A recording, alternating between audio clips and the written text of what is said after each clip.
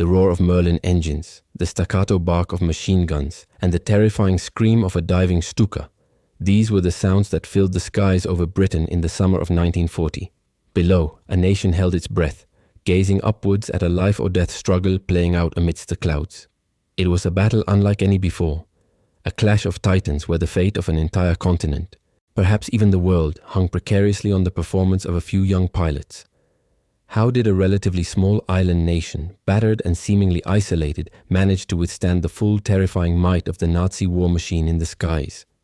Winston Churchill, the indomitable British Prime Minister, famously declared, "The Battle of France is over. I expect that the Battle of Britain is about to begin." His words, delivered in the dark days of June 1940, were not just a warning but a stark prophecy. Europe had fallen with breathtaking speed. Denmark, Norway, Belgium, the Netherlands, and then most shockingly France. All had succumbed to Hitler's blitzkrieg. British forces had been driven from the continent at Dunkirk, leaving behind their equipment and seemingly their hope. Britain now stood alone, an isolated outpost of democracy facing a triumphant, seemingly unstoppable totalitarian empire. Hitler, basking in his continental victories, turned his gaze across the English Channel. His plan was audacious: Operation Sea Lion, an amphibious invasion of Britain. But for such an invasion to succeed, absolute air superiority was paramount. The Royal Navy, though powerful, could not operate effectively under constant aerial bombardment, nor could landing forces establish a beachhead without overwhelming air cover. The Luftwaffe, Germany's formidable air force, was tasked with clearing the skies, destroying the Royal Air Force, and paving the way for the ground invasion. This was not merely a military objective, it was an existential one. The stakes could not have been higher. Had Britain fallen, the moral and strategic heart of the Allied cause would have been extinguished. There would have been no base for American forces to eventually launch their liberation of Europe, no beacon of resistance to inspire occupied nations. The world might have permanently fractured under the iron heel of Nazism, with democracy becoming a mere historical footnote. The consequences of defeat were unthinkable, painting a grim picture of a future where tyranny reigned supreme. Against this terrifying backdrop stood the young men of the Royal Air Force Fighter Command, the few, as Churchill would immortalize them. They were the last line of defense, the thin blue line separating Britain from annihilation. Outnumbered, outgunned, and facing an enemy that had perfected the art of aerial warfare, their task seemed impossible. Yet they fought day after day in skies crisscrossed by vapor trails and explosions. Their courage was undeniable, but courage alone rarely wins wars. There were surprising factors, hidden strengths, and crucial missteps that would ultimately allow Britain to defy the odds and emerge victorious from this desperate aerial struggle. The story of how they did it is one of technological innovation, strategic brilliance, and unimaginable human endurance.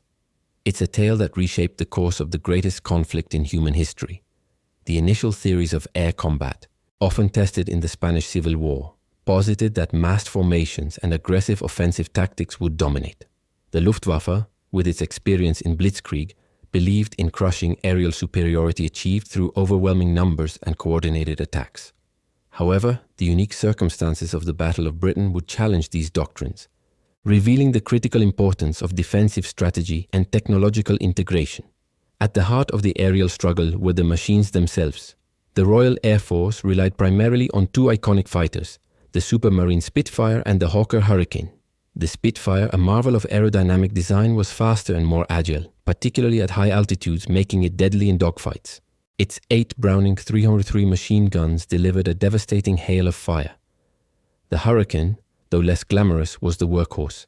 Simpler to build and maintain, it comprised the majority of Fighter Command strength, proving robust and effective, especially against bombers. Its rugged construction meant it could absorb significant damage and still return to base.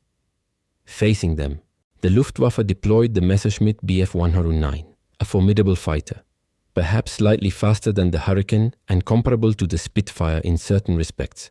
However, its crucial limitation was range. Operating from airfields in occupied France and Belgium, the Bf 109 could only spend a limited time over Britain before needing to return, often leaving bombers unprotected. The twin-engine Messerschmitt Bf 110, designed as a long-range destroyer, proved too unwieldy and vulnerable in dogfights against single-engine RAF fighters, quickly suffering heavy losses. Beyond the aircraft, Britain possessed a secret weapon, the Dowding system. named after Air Chief Marshal Sir Hugh Dowding, head of RAF Fighter Command. This was an integrated air defense network unprecedented in its sophistication. Its cornerstone was radar, specifically the chain-home system, a series of towering masts lining the British coast. These early radar stations, developed in the years leading up to the war, could detect incoming German aircraft long before they were visible, providing precious minutes of warning. Complementing radar were the human eyes of the Observer Corps. Stationed throughout the countryside, these volunteers visually tracked enemy aircraft once they crossed the coast or dipped below radar coverage, relaying crucial information back to control centers. All this data from radar and observers flowed into a central filter room, then distributed to group and sector operations rooms. Here, ground control intercept officers, using large plotting tables, directed fighter squadrons to intercept the enemy. This seamless flow of information from detection to interception allowed the RAF to use its limited resources with astonishing efficiency, often sending only the necessary number of fighters to meet an incoming raid, rather than having to keep continuous patrols airborne. The Luftwaffe, initially confident in its numerical superiority, made several critical strategic miscalculations. In the early phases of the battle, their focus was primarily on destroying RAF airfields and radar stations. These attacks were effective, pushing Fighter Command to the brink. Had they continued this relentless pressure, the Dowding system might have crumbled. However, a pivotal moment arrived in early September. Following an accidental German bombing of London and a retaliatory RAF raid on Berlin, Hitler, enraged, ordered a shift in strategy. The Luftwaffe's focus turned from military targets to bombing London and other major cities, the beginning of the Blitz. This decision, intended to break British morale, proved to be a strategic blunder of immense proportions. While devastating for civilians, it inadvertently gave RAF Fighter Command a much-needed reprieve. Airfields that had been under constant assault were allowed to recover, and exhausted pilots received a desperately needed respite. The shift in targets also meant German bombers had to fly further inland, increasing their exposure to RAF fighters and exacerbating the Bf-109's range limitations. Furthermore, intelligence played a subtle yet significant role.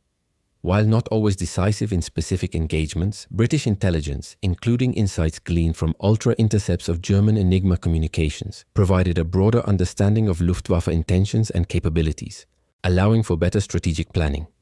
This combination of superior defensive technology, strategic blunders by the enemy, and a highly organized command structure laid the groundwork for Britain's survival. Yet technology and strategy alone could not win the battle. It was the human element, the courage and resolve of countless individuals that truly turned the tide. The pilots, famously dubbed the Few by Churchill, were a diverse group, a testament to the global fight against tyranny. They hailed not only from Britain but from Poland, Czechoslovakia, Canada, New Zealand, Australia, South Africa, Belgium, France and the United States, a truly international coalition forming the thin blue line. These young men, many barely out of their teens, faced unimaginable pressure. Training was accelerated, and the intensity of continuous combat led to profound exhaustion. Day after day, they scrambled into their cockpits, knowing each sortie could be their last. Imagine the psychological toll, flying multiple missions daily, witnessing friends vanish in plumes of smoke, only to return to a brief meal and the grim readiness for the next call. One pilot recounted landing after a fierce dogfight, only to find his jacket soaked not with sweat, but with the blood of a fellow pilot whose plane had been hit directly above him. But the Few were not alone. Behind every soaring Spitfire and Hurricane was a vast network of unsung heroes. The ground crews, working tirelessly through day and night, often under enemy fire, kept the aircraft airworthy, fueled and armed. These mechanics, armorers and fitters were the backbone of Fighter Command, their dedication ensuring that planes returned to the sky as quickly as possible. Radar operators, often young women, sat in dimly lit rooms, their eyes glued to flickering screens, calmly identifying incoming threats. The Observer Corps volunteers, many of them farmers or village shopkeepers, scanned the skies with binoculars, their detailed reports feeding the Dowding system.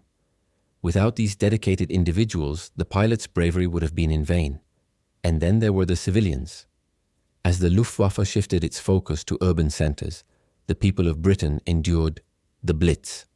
Night after night, cities like London, Coventry, and Liverpool were pounded by German bombers.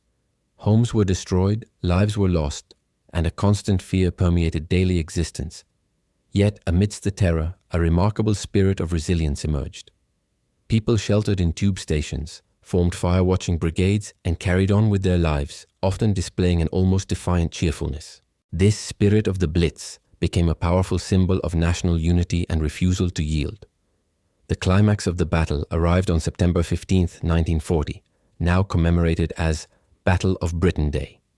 The Luftwaffe launched its largest and most concentrated daylight attacks against London and the southeast of England. The RAF, anticipating the assault, rose to meet them in a series of massive aerial engagements. By the day's end, the Germans had suffered crippling losses they could not sustain, while the RAF, though battered, remained unbroken. This decisive defeat convinced Hitler that air superiority could not be achieved, and without it, Operation Sea Lion, the planned invasion of Britain, was postponed indefinitely and eventually cancelled. The consequences of this victory were monumental. By holding out, Britain remained an unconquered base, a crucial springboard for future Allied operations and the eventual liberation of Europe. The psychological victory was immense, demonstrating that the seemingly invincible Nazi war machine could be stopped, offering a beacon of hope to occupied nations. The Battle of Britain cemented the role of air power in modern warfare and became an enduring symbol of national defiance against overwhelming odds. It was a testament to innovation, courage, and the collective will of a nation and its allies. The sacrifices made by the few and the many who supported them ensured that the skies over Britain remained free, altering the course of World War II and, arguably, saving democracy itself. Their legacy reminds us that even against seemingly impossible odds, resilience, unity, and unwavering determination can indeed change the world.